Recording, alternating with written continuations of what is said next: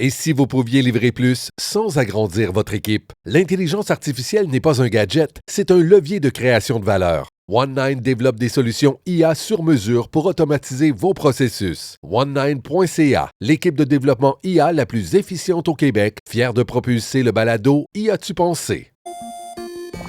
L'intelligence artificielle change tout. Outils, risques, mythes, réalité. Y a-tu pensé? Comprendre, apprendre, s'adapter. Avec David Proulx, y a-tu pensé? Bonjour tout le monde, bienvenue à ce 4e épisode de Y a-tu pensé? Je suis avec mon co-animateur, Nicolas Béliveau. Nicolas, bonjour. Salut tout le monde, salut David. On s'en vient un petit peu plus rodé là, d'émission en émission. Là. Ça va être la meilleure à date. La meilleure à date et la pire à date. Bah, oui, également, comme l'IA. C'est comme l'IA. C'est le pire que ça sera jamais. Donc, on va toujours s'améliorer. Semaine dernière, tu as emmené une super de... aujourd'hui, on a différents invités. Ça va être super intéressant dans le domaine de la médecine, dans le domaine de l'environnement. Vous voulez écouter ça, c'est sûr. Donc, la semaine passée, tu as proposé, parce que moi, je parle quand j'utilise mes IA. Là, je tape plus vite que je parle, mais j'aime juste Non, tu parles plus vite que tu tapes. Il faudrait quasiment faire une compétition. OK. Je sais pas. Semaine prochaine.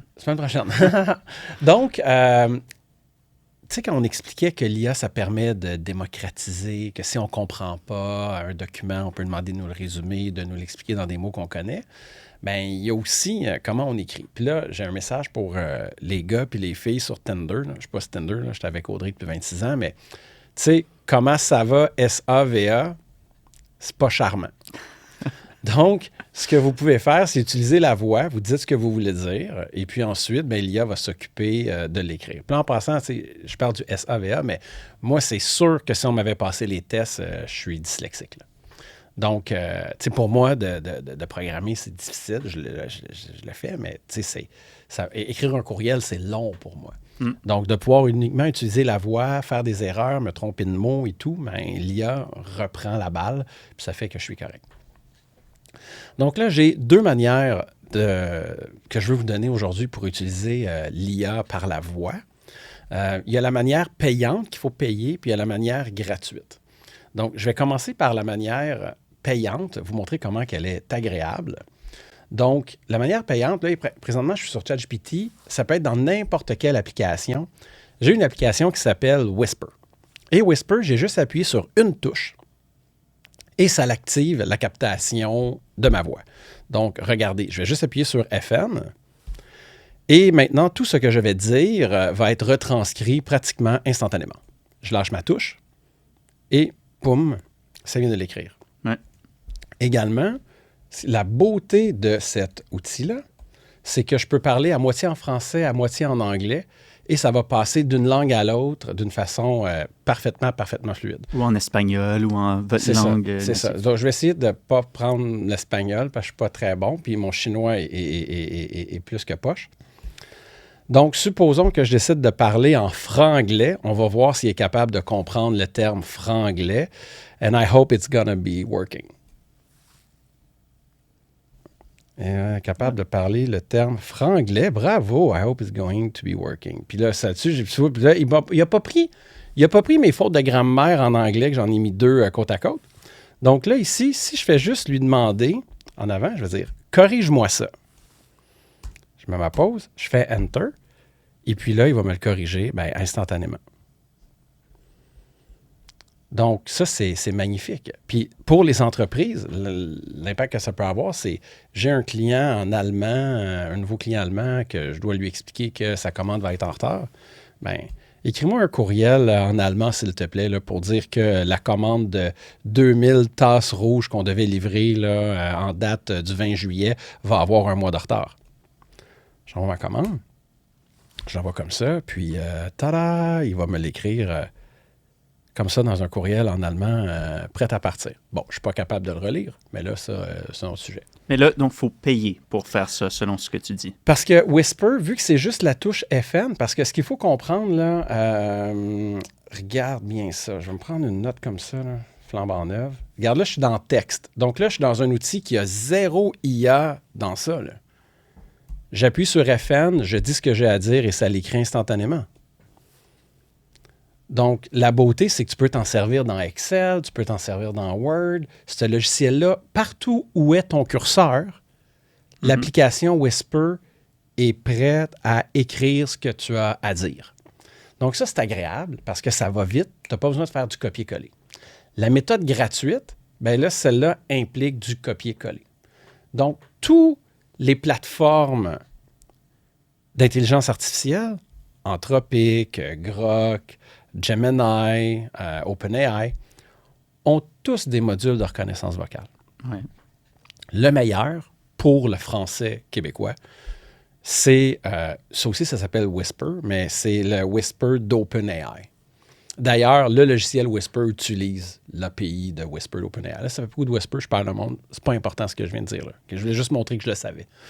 Donc, l'idée, c'est que ce que tu peux faire, tu viens juste ici. Bouge pas, je vais retrouver mon ChatGPT. Donc, puis là, je suis sur l'application, mais c'est pareil pour le web. J'ai un petit micro qui est ici, juste là. Donc, ce que je fais, j'appuie dessus. Je dis ce que j'ai à dire, even if it's in English. Ensuite, je clique sur envoyer. Puis là, il a fait exactement le même travail. C'est juste que là, si je veux aller le mettre dans mon courriel, si je veux aller le mettre dans Slack, si je veux le mettre dans Excel ou je veux le mettre ailleurs, bien là, à ce moment-là, il faut que je le copie et que je le colle. Et Gemini est moins bon, Anthropic est moins bon. Là, je dis ça, puis là, il y a du monde là, dans les commentaires. Là. Non, mais restons ChatGPT. C'est le plus simple et le plus accessible pour le commun des mortels. Exactement. Puis, si j'ai envie de donner un pro tip, partage pas mon écran tout de suite, Phil. Je veux juste aller quelque part avant. Je vais aller sur Grok, mais pas avec un Q, pas avec un K, avec un Q. OK? Puis là, tu peux repartager mon écran. Puis je vais mettre ça ici, Start Building. Je vais me connecter ici. Cache mes courriels, s'il te plaît, vite. Je vais vous montrer à quel point ça peut le faire à la vitesse de la lumière. C'est hallucinant. Je vais aller dans le play. OK, tu peux repartager mon écran. Je vais aller ici dans le Playground. Je suis habitué de le faire sur mon téléphone. Je devrais pas faire de l'impro comme ça. Prochaine fois, arrête-moi. Ben, tiens, pendant que tu cherches, je pense que c'est bien à noter qu'aussi sur ChatGPT, l'application mobile, donc là, on a montré l'exemple parce que tu parles à ton ordinateur et ça le transforme en texte et tu as la réponse en texte. Mais tu peux aussi juste communiquer vocalement et la réponse est vocale également sur l'application mobile, qui est quand même pratique et gratuite sur ChatGPT. Tu as totalement raison. Puis pendant que je réponds à ça, on peut partager mon écran. Je suis en train d'enregistrer qu'est-ce que je dis. Donc, ce que je veux faire, c'est montrer une très, très, très longue réponse. Là, ce que je fais, j'utilise Grok, qui est une sorte de processeur différent des processeurs d'NVIDIA. Ils ont été achetés par NVIDIA. Puis là, on va prendre comme 21 secondes de discussion. Puis quand je vais cliquer sur « Traduis-moi ça en texte », il va le faire automatiquement. Donc, regarde, j'ai 30 secondes ici. Puis là, j'appuie sur « Process ». Paf! Il me l'a déjà fait. Immédiatement. Vitesse de la lumière. Ben, c'est pas la vitesse de la lumière, là. Mais... et donc, ça, c'est un autre outil, mais ça utilise le modèle de langage Whisper. Exactement. Donc, puis Whisper, la beauté de ce langage-là, c'est qu'il est en open weight. Ah non, il est en licence MIT. Fait que ça, ce que ça veut dire, c'est que les gens ont le droit de l'utiliser à des fins commerciales. Donc, ça, c'est vraiment, vraiment, vraiment le fun. Donc, comme tu disais, on peut parler puis faire de l'aller-retour avec l'autre modèle. Donc, je vais le montrer ici. Qu'est-ce que ça donne? Je m'en viens ici. C'est là, moi, je vais me faire une nouvelle discussion. Puis, ici, je suis sur l'application. Je n'ai pas le mode discussion. Sur le téléphone, on l'a. Exact. C'est juste sur... Avant, on l'avait sur l'ordinateur, mais comme toutes ces applications IA, ça bouge vite, ça change beaucoup. Ouais. Mais en ce moment, c'est vraiment juste sur l'application mobile. Mais en anglais, en français, n'importe quelle langue. Et ça va vous répondre aussi dans n'importe quelle langue. Donc, même l'accent, il y a l'accent français de France ou l'accent québécois qui est quand même, aujourd'hui, quand même bien fait. Oui, puis comme on disait, une émission ou deux, le niveau d'intelligence des modèles vocaux en temps réel, on perd toujours un petit quelque chose parce qu'on ne donne pas le temps au modèle de réfléchir. Donc, c'était le segment éducatif de cette semaine et la semaine prochaine, surprise. Y as-tu pensé? On est maintenant avec Joseph Aubu, fondateur de Léomed. Joseph, là, c'est un médecin. Il a étudié en médecine. Pendant qu'il était en résidence, en 2017, il a démarré son entreprise d'intelligence artificielle. Et là, je t'ai présenté comme Léomed, mais est-ce que j'ai le droit, là? C'est quoi le bon terme? Parce qu'il s'est passé quelque chose cette semaine. Là. Oui. Donc, on peut l'annoncer. Donc, Léomed a été acquisitionné par Purkinje. Okay. Donc, Léomed fait maintenant partie de la famille de Purkinje, oui. Donc, vous êtes acquis par Purkinje. Puis Purkinje, c'est quoi? C'est un logiciel dossier patient électronique, entre autres. Donc, c'est un logiciel dans plusieurs hôpitaux ici au Québec, utilisé par l'Armée, aussi du Canada, dans lequel tu vas mettre tes notes cliniques, dans lequel tu vas mettre, voir tes labos, autres éléments. Donc, un dossier patient électronique. OK. Ouais. Mais là, ça vient de se passer. Ça vient de se passer, annoncé il y a quelques jours. Bon, jeudi passé, même pas une semaine. Bon, puis tu étais déjà booké dans l'entrevue. Oui, donc, exactement. Je vous ai texté juste un peu avant, vous dire c'est en train d'arriver. Oui. Félicitations de vive voix en personne. Merci. Donc, Joseph, parle-nous un peu de ton parcours rapidement pour que tu nous expliques qu'est-ce que ça fait Léomed. Oui, absolument. Donc, le parcours commence où j'étais patient moi-même. Donc, avant même d'être dans Léomed, j'ai été patient hospitalisé pour des problèmes avec des poumons, des pneumothorax, des grosses opérations. J'ai fait mes 18 ans à l'hôpital, vécu des erreurs médicaux. Tout ce parcours-là m'a amené à finalement aller en soins infirmiers. Finalement, soins infirmiers, j'ai transitionné à Sciences Nat, à médecine. Puis, direct à médecine, j'ai tout fait sur mon iPad avec des apps. J'ai introduit à tout le monde. Si j'avais eu de l'argent d'apport de tous les gens que j'ai convertis sur l'iPad et des apps, là, je pense que ça a été parti. J'ai comme toujours été fasciné par ça. Puis dans mon externat, je commençais déjà à faire un aide décisionnel au niveau du diagnostic pour essayer de m'aider à balancer tout ça. Puis c'est là que j'ai commencé à développer. J'avais engagé des développeurs. Là, j'ai fait la première compagnie qui était au niveau de recherche et développement, d'IA. J'étais en web sémantique avant. Puis, donc, avant GPT, avant toutes ces choses-là, je jouais... C'était à la naissance des Transformers. Là. Oui, c'est ça. Donc, en fait, à ce moment-là, il y avait IBM Watson qui était là, que là, j'essayais de différentes choses, rencontrer le gars d'IBM. Mais je voyais que c'était pas... je parlais de scripts médicaux là, avant. Là, je dis non, aux États-Unis, il y a des scripts humains. Il faut des scripts AI qui vont transcrire. Le monde ils disaient, mais voyons, qu'est-ce que c'est quoi ça? Les scripts, c'est l'idée que tu as un preneur de notes par intelligence artificielle qui fait que le médecin n'a pas besoin de prendre ses notes. Exactement, pour faciliter. Fait qu'au final, ce que je réalisais pas que je faisais à ce moment-là, c'est que j'étais en train de faire une étude de marché indirectement. Je ne le nommais pas comme ça, mais je notais toutes mes frustrations. Chaque chose que je voyais, chaque chose que mes collègues voyaient, j'ai noté graduellement. Puis j'avais cet énorme document-là. Puis au final, le premier projet, il a dû être fermé, mais ça a transitionné vers Léomed. Donc, Léomed, c'est une plateforme d'orchestration de trajectoire de soins. Qu'est-ce que ça veut dire, ça, que ça mange en hiver? Ça veut dire que tu peux suivre un patient dans son avant, son pendant et son après, peu importe ce type de trajectoire. On parle d'une chirurgie. Hein, beaucoup de gens sont fait opérer ou les gens proches sont fait opérer. Avant ta chirurgie, tu sais, te préparer avant, tes tâches, tu fais ci, tu fais ça, tu as arrêté de manger, tu as arrêté de fumer. Et là, ensuite, quand arrive le temps que tu as fait ta chirurgie, bien là, après ta chirurgie, comment ça va? Tu as des photos de ta plaie, puis automatiser ce processus-là pour que ça se fasse automatiquement. Okay. Explique-nous le processus, parce qu'il y a 12% des chirurgies annulées par manque de coordination. Ah ouais. Fait que ça, c'est quoi? Là? Quand, par exemple, la personne, elle a mangé avant son opération, puis je ne le savais pas. Ben, tu le savais ou tu oublies. C'est la majorité des erreurs qui arrivent, c'est pas tant des choses qu'on ne sait pas, c'est des choses qu'on oublie. Tu es en train de me dire que l'intelligence artificielle fait des erreurs, mais les humains aussi? Oh, ben. Oh-oh. Ah oui, absolument. Donc, il y a tellement d'oublis niaiseux, puis beaucoup même des erreurs médicaux. C'est pas tant le médecin ne sait pas le diagnostic, c'est que sur le coup, il n'a pas mangé, il est fatigué, il y a telle chose, il est à la fin de la garde, puis il n'a juste pas pensé à tel diagnostic. Continue. Ouais, fait que l'idée, donc, c'est de dire, oui, effectivement, oublie pas, tu sais, mets un post-it au pied de ton frigo, mange pas la veille, oublie pas, tu fasses telle chose, avant ta colonoscopie, tu sais, as-tu fait tel élément? Et fait que tous ces donc, manques de préparation-là, oubli ou toutes ces autres choses-là peuvent être vraiment diminuées. Et après, moi, là, je m'appelle après avoir été opéré, puis retourné à la maison, je me sentais désemparé. Je me sentais dans la nature. Comme, vers où est-ce que je vais si ça va mal? Il faut que je retourne à l'urgence, mais j'ai rien d'autre. Là, t'sais. Et donc, le fait de pouvoir savoir que je peux soumettre des questionnaires, je peux chatter même avec l'équipe clinique, je ne suis pas laissé pour comble. J'ai encore un lien avec l'équipe. Et ça arrive automatiquement, mais je me sens beaucoup plus rassuré dans le processus. Ça diminue les retours à l'urgence, diminue les réadmissions, tu attrapes les problèmes plus tôt, tous ces éléments-là. Tout ça avec de la coordination et de la communication. Exactement. Parce que quand on parle de 12% là, des chirurgies annulées, ben c'est des chirurgies qui n'arriveront pas. Oui, puis parce qu'on ne peut pas mettre un autre patient à la des place. Des fois, dernière minute, ils vont essayer, essayer, ils voient qu'il n'est pas là, ils vont essayer d'appeler des gens, mais non, on a une liste d'attente énorme de gens qui doivent se faire opérer. Et là, quand il y a eu le temps, un bug de dernière minute, c'est majeur. Là. Tu perds une place dans la salle et il y a quelqu'un d'autre qui aurait bien voulu prendre ta place qui ne peut pas la prendre. Oui. Donc, comment ça fonctionne? C'est parce que là, on dit orchestration, trajectoire patient. Là, les fonctionnaires comprennent qu'est-ce que ça veut dire du domaine de la santé, mais les auditeurs, non. Puis je dis les auditeurs, mais en fait, c'est que j'essaie de cacher mon ignorance par rapport à la signification de ça.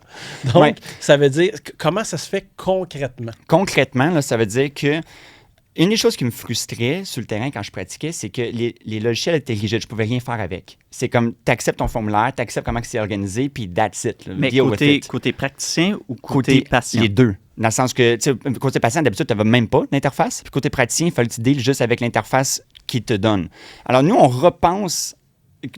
C'est carrément inversé. C'est comment est-ce qu'on peut donner les outils pour que les autres puissent faire ce qu'ils ont besoin de faire. Fait qu'ils ont le goût de... Je vais donner un cas très pratique. Okay? Donc, un anesthésiste a remarqué que les patients, soit qu'ils arrivaient, ils oubliaient, ou soit ils ne trouvaient même pas la place du rendez-vous parce que tu pars à l'hôpital, puis là, ça cause des retards et toutes sortes de choses.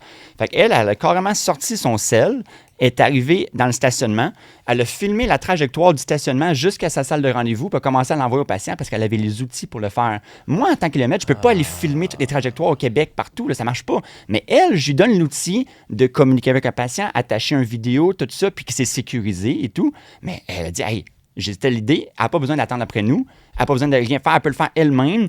Et j'ai même utilisé cette vidéo-là pour aller la rejoindre à un moment donné, puis c'était super pratique. Donc, j'ai... OK, mais là, ça, c'est important, là, parce qu'on parle d'un outil de décentralisation de la communication.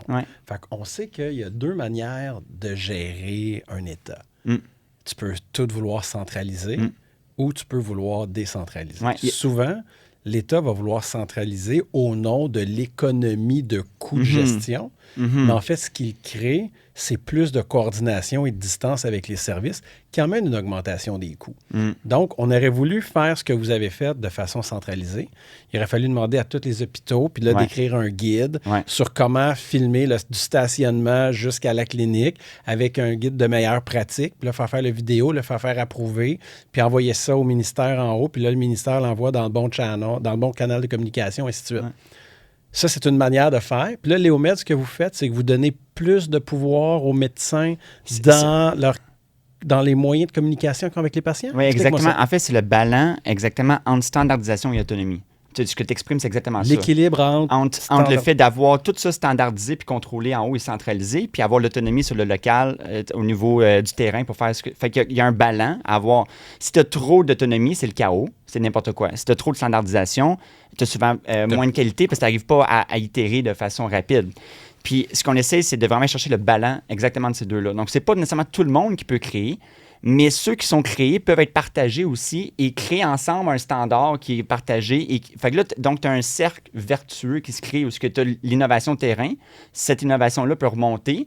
Puis on est en discussion même avec Santé Québec pour regarder qu'est-ce qui est possible, dans le fond, de ce côté-là, pour avoir des standards qui originent du terrain, mais qui peuvent être repartagés à d'autres et créer une espèce d'équilibre et de cercle vertueux de ce côté-là. Là. Ça, c'est magnifique. Donc, si on revient à la technologie que vous avez, comment ça fonctionne là, que la médecin elle a fait son film sur son téléphone? OK, mais comment le film de son téléphone atterrit sur le téléphone du patient? Oui, donc tu as des interfaces très, très simples, un peu comme un Google Forms ou un peu comme, même, disons, on va prendre un exemple, tout le monde connaît Facebook. Tu sais, quand tu arrives, tu veux faire un événement pour ta fête de ta fille, tu vas dans Facebook Events, tu crées un événement, tu as ton titre, tu mets tes images, tu mets la date et l'heure.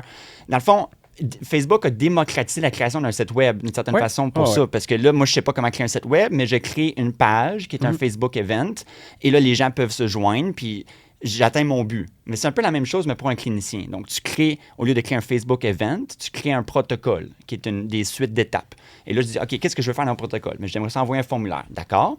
Tu veux l'envoyer par rapport à quoi? Mais par rapport à la date de chirurgie. OK. Combien de temps avant ou après? Ça va être 2 jours avant. Super. Puis là, dans mon formulaire, qu'est-ce que tu veux comme question dans ton formulaire? Question 1, 2, 3. Puis là, ensuite, comment tu vas grouper tes patients? Ça veut dire des patients, s'il répond 1 de telle façon, amène-le dans tel groupe. S'il répond de telle autre façon, amène-le dans tel groupe. Puis c'est super simple comme outil. Et donc, il y a un médecin qui est même devenu ému la première fois que j'ai montré. Puis il y avait les larmes aux yeux. Il dit, Il dit, tu comprends pas de ce que tu as fait. Il dit, là, tu démocratises la TI pour moi. La TI, c'est une boîte noire que je pouvais jamais rien toucher. Et là, tu me l'amènes dans mes mains. Et je ne m'attendais pas à cette réaction-là, mais c'était le but. Mais c'est ce qu'il faut comprendre, c'est que l'État a deux choix, là. L'État paye des consultants pour aller mesurer les besoins, puis après ça, faire des wireframes, planifier, faire on appelle ça des mock-ups, là, on pourrait dire des maquettes de comment ça va fonctionner. Puis ensuite, ils programment le tout. Puis là, si le médecin veut changer quoi que ce soit, il faut rappeler puis repartir toute la boucle. Puis là, pendant ce temps-là, c'est notre argent qui s'envole.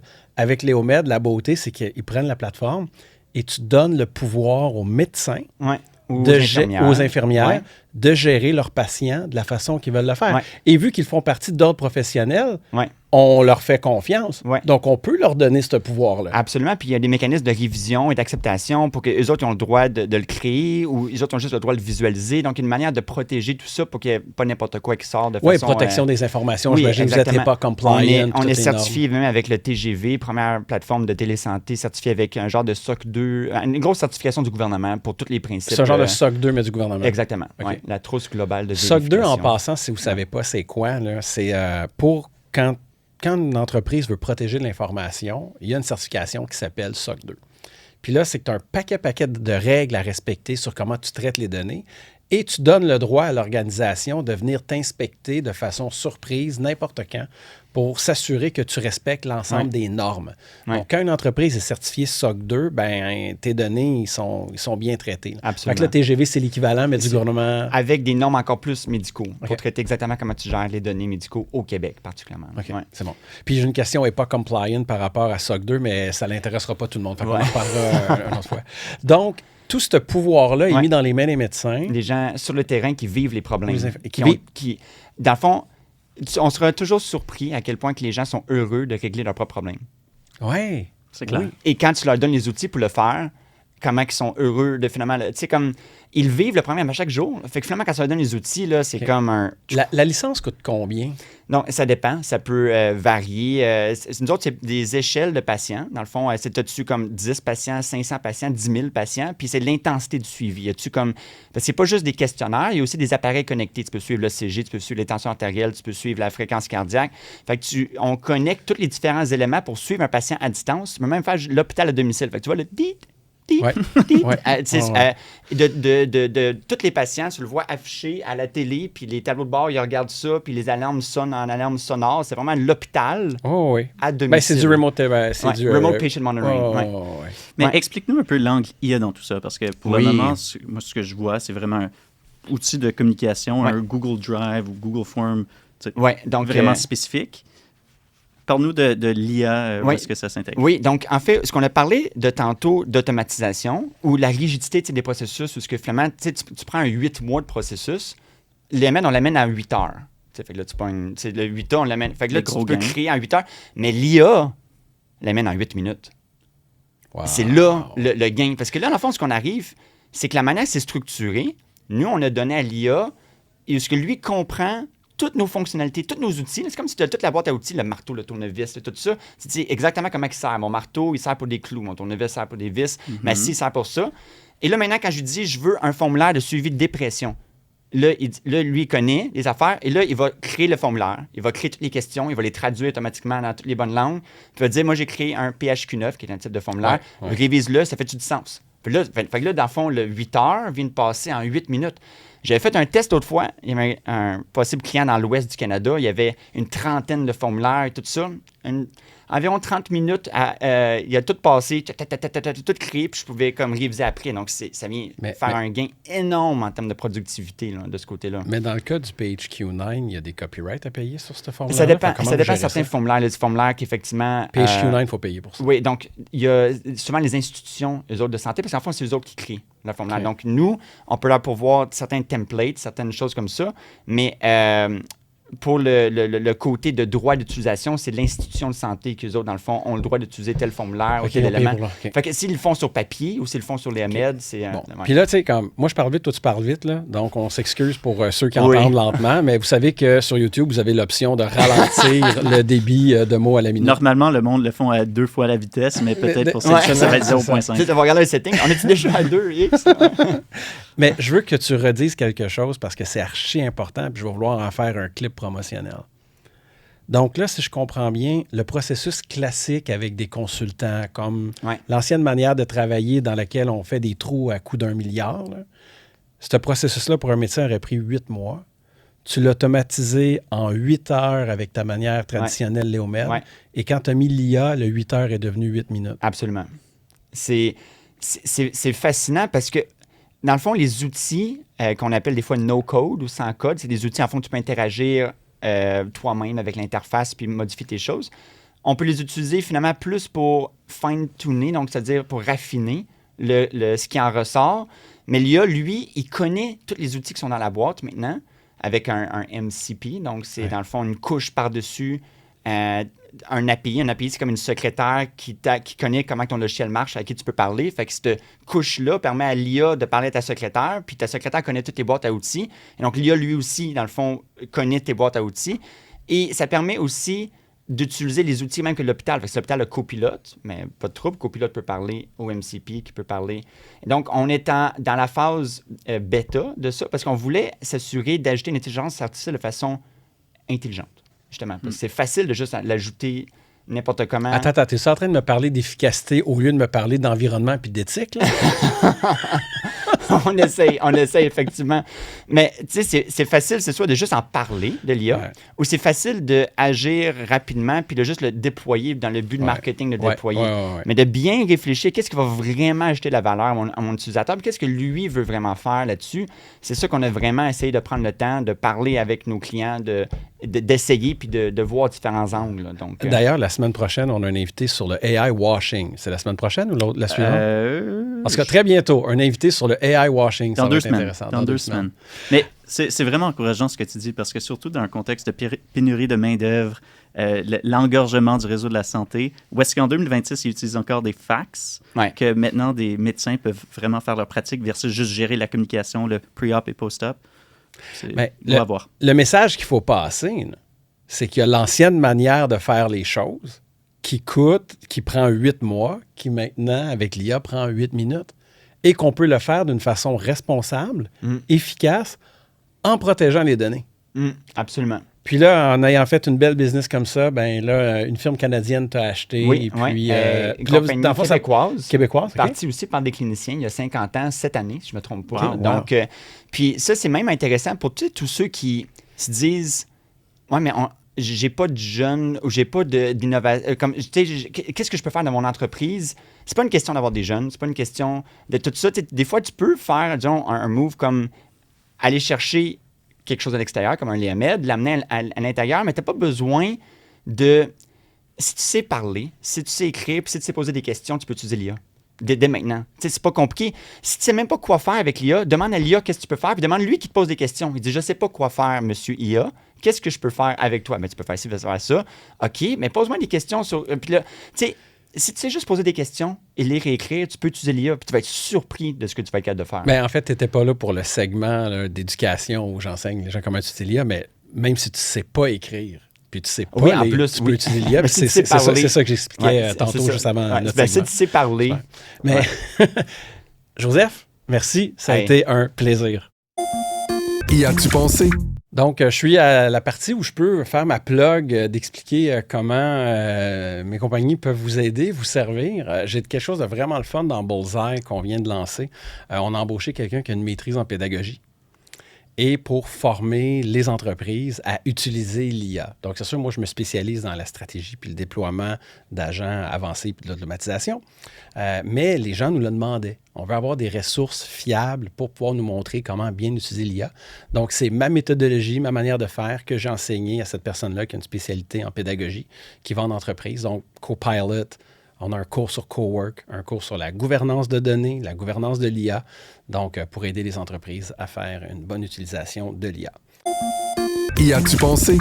On est maintenant avec Mathieu Lanneuville, PDG de Réseau Environnement. Bonjour Mathieu. Bonjour. On est content de te recevoir.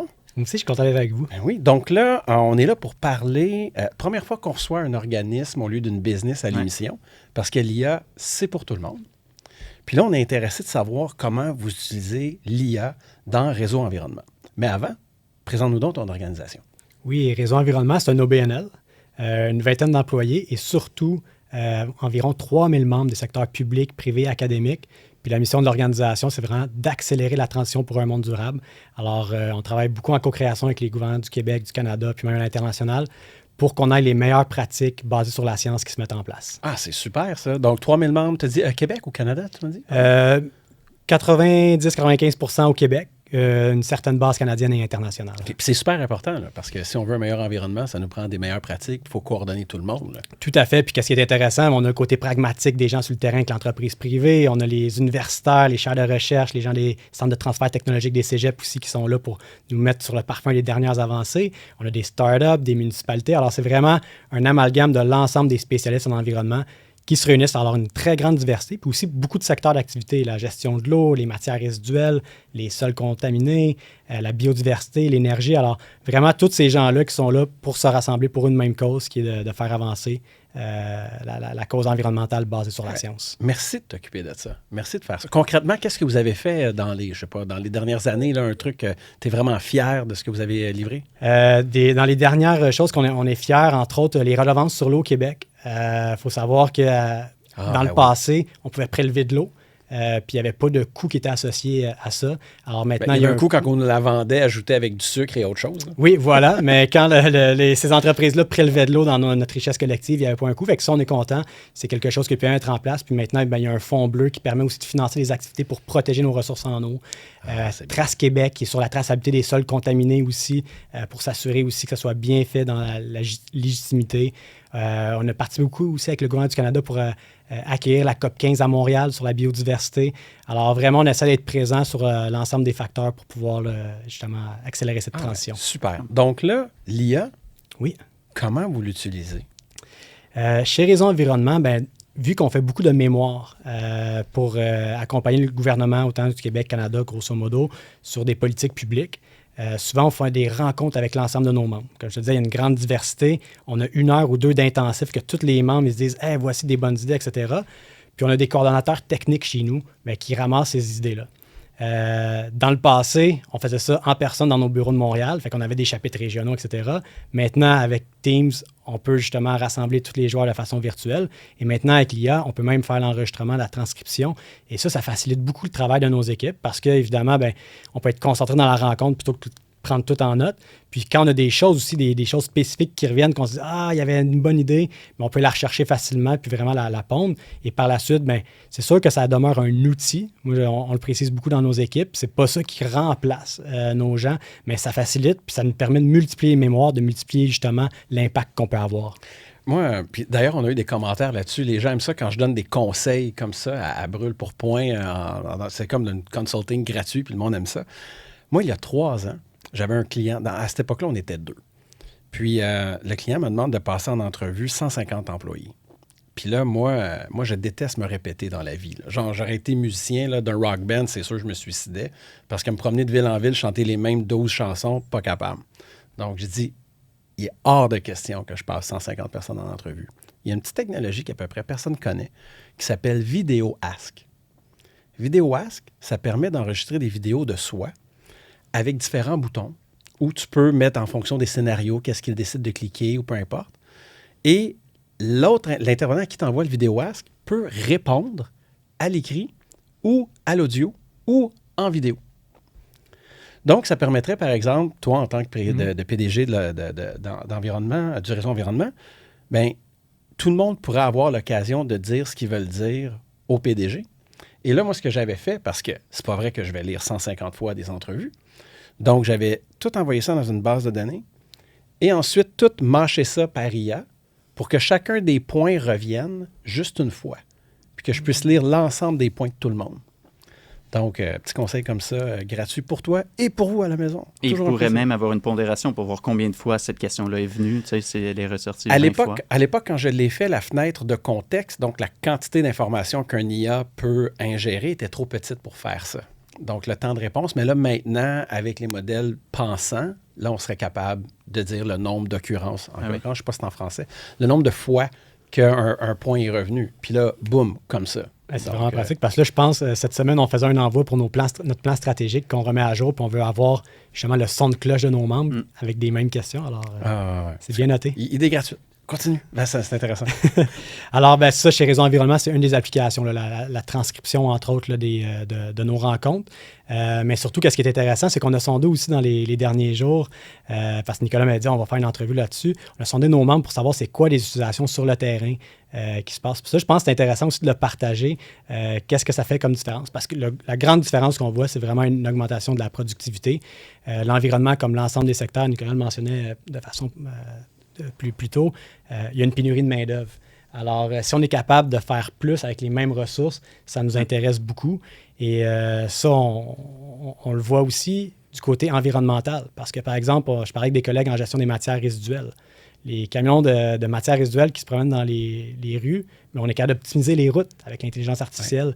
Mais ça, c'est du temps. C'est bon pour notre pénurie de main-d'œuvre. C'est bon pour la productivité de cette entreprise-là. Puis c'est bon aussi pour l'environnement parce que ce camion-là qui se promène, évidemment, pollue aussi avec des GES. Fait qu'il y a tout ce côté multifacteur-là qui vient s'améliorer aussi. Là. Oui, puis pas juste ça. Si on est capable d'optimiser les routes, ne serait-ce que de 1%, bien, ça veut dire que sur 100 camions, il y en a un de moins qu'on a de besoin. Donc, c'est tout le minerai extrait, l'énergie mise dans la transformation et tout, de moins qu'on a. Plus qu'on est intelligent, moins qu'on consomme des ressources. Tout à fait, parce que vraiment le grand principe en gestion des matières résiduelles, on appelle ça le principe des 3 RVE. Alors, c'est réduction, la première chose qu'on compte faire, comme tu te mentionnes avec un camion. Puis sinon, bien, réutilisation, recyclage, valorisation et finalement élimination. Alors, si on est capable de moins produire, évidemment, c'est gagnant autant pour l'économie que pour l'environnement, que pour la société aussi en termes de biodiversité de l'ensemble des enjeux. Tu sais, moi, je me promène d'un salon à un autre là, sur la planète, là, les trucs d'IA. J'aime beaucoup regarder ce qui se passe. Puis ça doit exister, mais j'en ai jamais vu des camions-bennes automatisés par IA. Parce qu'il y a les camions de livraison qu'on voit, il y a tous les équipements miniers qu'on voit, mais il me semble que de mettre un IA sur un camion-benne pour que justement ce camion-là puisse travailler même la nuit, parce qu'on collecte très peu les ordures la nuit, bien là, on viendrait de couper nos collectes, nos camions de moitié. Puis aussi l'impact sur la circulation et d'autres avantages qui seraient vraiment intéressants. Là, là, on se part une business. Ouais, mais comment t'appelles ça, un camion ben? Un camion ben, c'est rare que je suis capable de dire les bons mots en français. Oui, non, j'ai jamais entendu ce mot. Ben ça, sais-tu quoi? C'est parce que tu n'as pas encore d'enfant. Parce que c'est pourquoi? Parce que moi, j'ai tous les livres de tous les véhicules possibles. Donc, c'est le camion Ben de Ben, le tracteur de... Je me souviens plus c'est quoi le nom du gars, puis j'ai toute la série des petits livres comme ça. Okay. Donc, l'avion de Léon, puis ainsi de suite. Mais où est-ce que c'est aussi très intéressant en gestion des matières résiduelles? C'est une fois qu'on a collecté avec nos fameux camions Ben, on ramène ça dans des centres de tri. C'est à cet endroit-là qu'on va prendre l'ensemble de la vitre, les cartons, etc. Puis ça, les centres de tri s'en viennent. On a une entreprise qui est formidable au Québec qui s'appelle Machinex.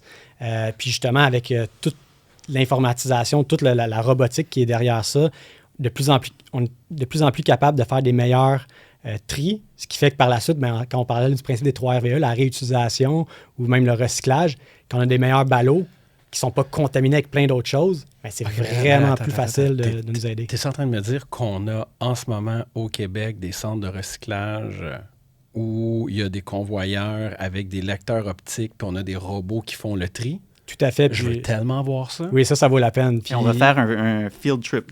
Hey, y a-tu pensé on the road? Sur le terrain. On fait ça. Puis, tu sais, il y a encore des gens qui sont présents, mais beaucoup moins dans ces nouvelles installations-là. Et le niveau de contamination diminue beaucoup, ce qui nous permet, parce que le gros enjeu, quand on parle de recyclage, parce qu'on consomme beaucoup au Québec. On génère beaucoup de déchets. Mais quand on est capable justement de faire des bons tris, mais après ça, des entreprises, après ça, qui veulent réutiliser du papier, mais ils veulent pas que ça soit contaminé. Oui, fait que là, il y a une meilleure valeur sur le marché, on est capable de faire des meilleurs débouchés. Fait que c'est toute une boucle qui vient vraiment nous aider en termes de productivité et aussi d'économie verte. Puis ça, est-ce que c'est un vrai produit déployé dans plusieurs centres de tri ou c'est un labo quelque part puis on attend pour le déploiement? Non, dans l'est de la ville, je peux penser à Matrec, entre autres, là, qui c'est opérationnel à des très, très gros volumes. Fait que ça, oui, je pense que c'est un exemple qui vaut la peine d'aller voir. Incroyable. On en a d'autres aussi en biodiversité. On parlait tantôt de la COP15 qui est venue à Montréal. Maintenant, la biodiversité, avant, on avait des gens sur le terrain. C'était très difficile d'aller voir ce qui se passait avec la faune, la flore. Maintenant, avec des drones, on est capable d'aller voir qu'est-ce qui se passe. Avec les pics-bois, les trous qu'il y a dans les arbres, on est capable de déceler c'est quel type de pic. Alors, tout l'inventaire des espèces. On a même Mila qui est allé là, plus au sud, en Amérique centrale, Amérique du Sud, qui ont mis l'intelligence artificielle et qu'on a découvert des espèces qu'on ne connaissait même pas qui existaient sur la planète. Alors vraiment, c'est phénoménal ce qu'on réussit à faire d'une façon de productivité, puis pas juste de productivité, mais aussi d'aller plus loin que qu'est-ce qu'on était capable de faire. Et je veux t'emmener sur un terrain, mais juste avant, y avait-tu d'autres choses que tu voulais nous dire par rapport à votre utilisation de l'IA? Il y en aurait beaucoup, mais je vais te laisser y aller, puis je vais pouvoir bon. poursuivre aussi dans ce sens-là. Moi, je fais partie de ceux qui croient que... Parce qu'il y a des gens qui disent qu'il ne faut pas utiliser l'IA parce que ça pollue l'eau, puis ainsi de suite. Puis, tu sais, j'ai vu une étude récemment là, qui a été debunked. Je ne sais pas comment dire debunked en français. Démystifié. Qui a été démystifiée ou qui a été montré qu'elle était fausse. Dévalidée. Invalidée. Invalidé, pardon. Donc, sur l'utilisation de l'eau dans les data centers, puis elle s'était trompée par un facteur de 100 000. Fait qu'au moins, on a eu un tweet qui a dit « Je m'excuse », mais tout le monde qui en a parlé pendant un an et demi, ça c'est... Donc, il y a encore des gens qui croient que ça consomme énormément d'eau. Qu'est-ce que tu penses de l'utilisation? Parce que le drone, il a fallu polluer pour créer ce drone-là. Mais c'est qu'à quelque part, si on veut être capable de faire ces inventaires-là, si on veut les robots qui font le tri, il me semble qu'il faut accepter à un moment donné de prendre des ressources naturelles de façon intelligente pour pouvoir recycler et réutiliser. Tout à fait. C'est un bon enjeu que tu amènes. Puis évidemment, chez Réseau Environnement, c'est un enjeu qui préoccupe nos membres. Autant question de la gestion de l'eau, question de la gestion d'énergie. Il y a quand même de l'IA sobre aussi. Il y a des façons d'utiliser l'IA d'une façon aussi intelligente aussi. Mais ça, là, tous les programmeurs depuis 2 semaines, depuis que le party est fini avec Anthropic, là, tout le monde a compris que tu veux sauver des tokens. Moi, en fin de semaine, j'ai travaillé sur un truc qui prenait 300 000 tokens. Je l'ai emmené à 200 tokens.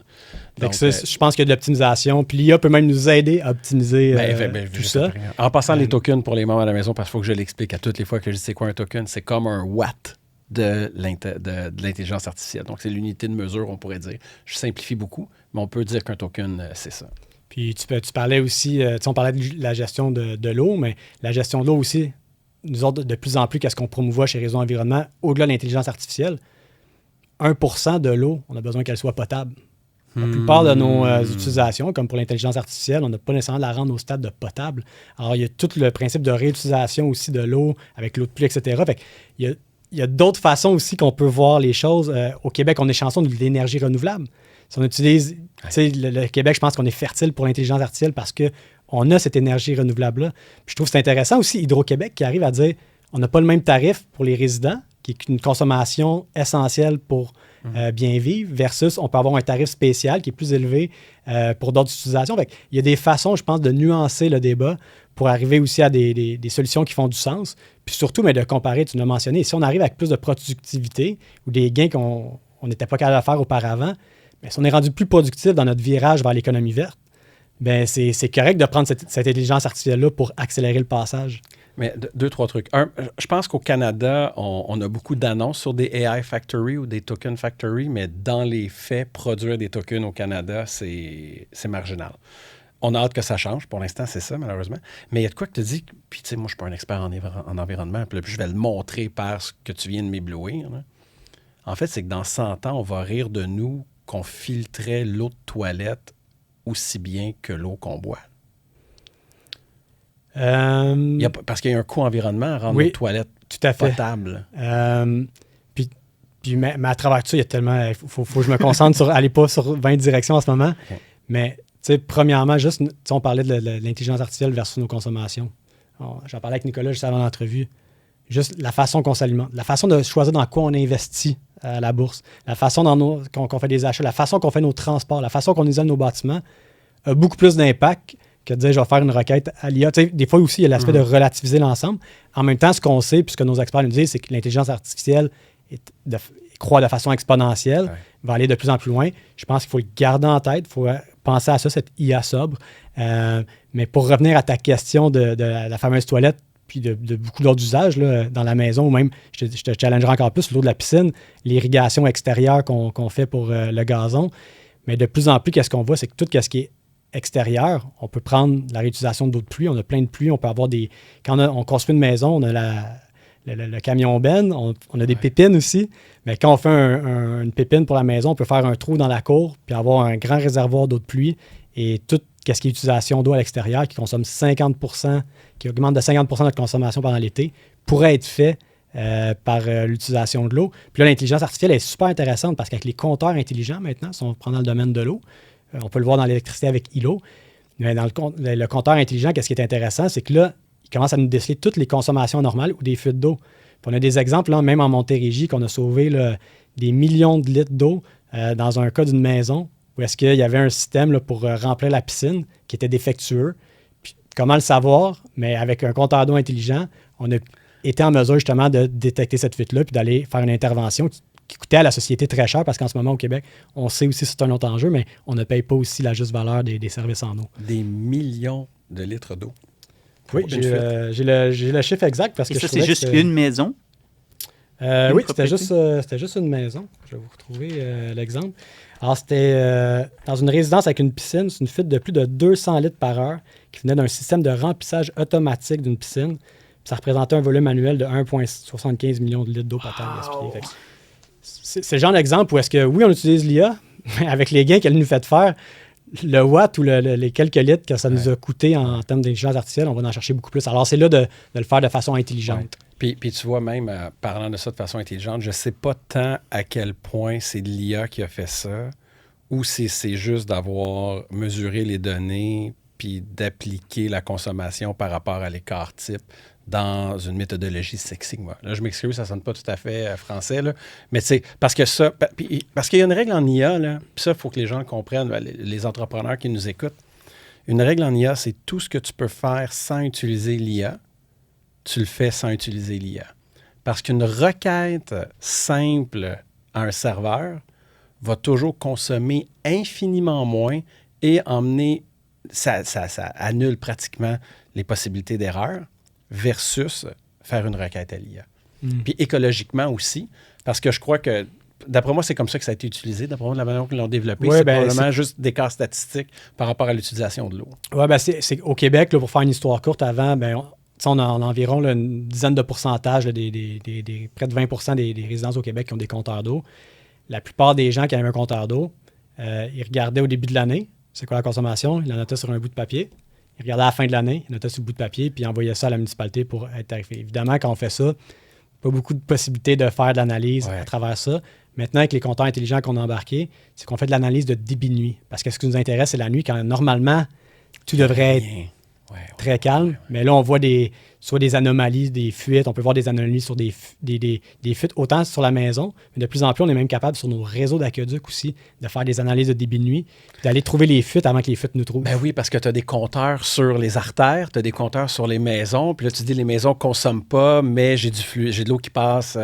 Voilà. Ah, wow. Très cool. Super intéressant. On pourrait creuser ça tellement loin pour voir tous les cas d'usage. Oui. Mathieu, merci beaucoup. C'était super intéressant. Y as-tu pensé? Donc, David, cette semaine, une autre belle semaine en IA. Qu'est-ce qui a attiré ton attention? Ah, il ne s'est rien passé cette semaine. Non, rien. vraiment pas. Écoute, mon vendredi a été tellement complexe. Là, ça, c'est difficile vendredi. Donc, c'est il y a une semaine. Je commence à travailler sur un projet. Là, je suis en train de faire de l'optimisation d'un open cloud pour sauver des tokens. Puis là, je me dis, tiens, je vais mettre Cloud Code en compétition avec un autre outil. Fait que là, je m'en vais sur l'autre outil. Puis c'était Replit. Fait que là, les gens qui aiment Replit vont dire yeah, les gens qui n'aiment pas Replit vont dire ah, c'est pourri. Mais je dis, hey, je vais comparer. Fait que là, je me connecte sur Replit. Puis là, j'ai le nouveau opus est sorti. Jeudi, pardon. Fait que là, le nouveau opus est sorti. Opus 4.7, un meilleur modèle, plus fort, programme mieux et tout, avec des meilleures capacités de design. Fait que là, j'essaye ça. Et ils ont sorti même leur propre outil de design. Outil de design, exactement. Donc voilà, ça c'est le site que j'ai pu créer. Donc tu peux voir la qualité du design.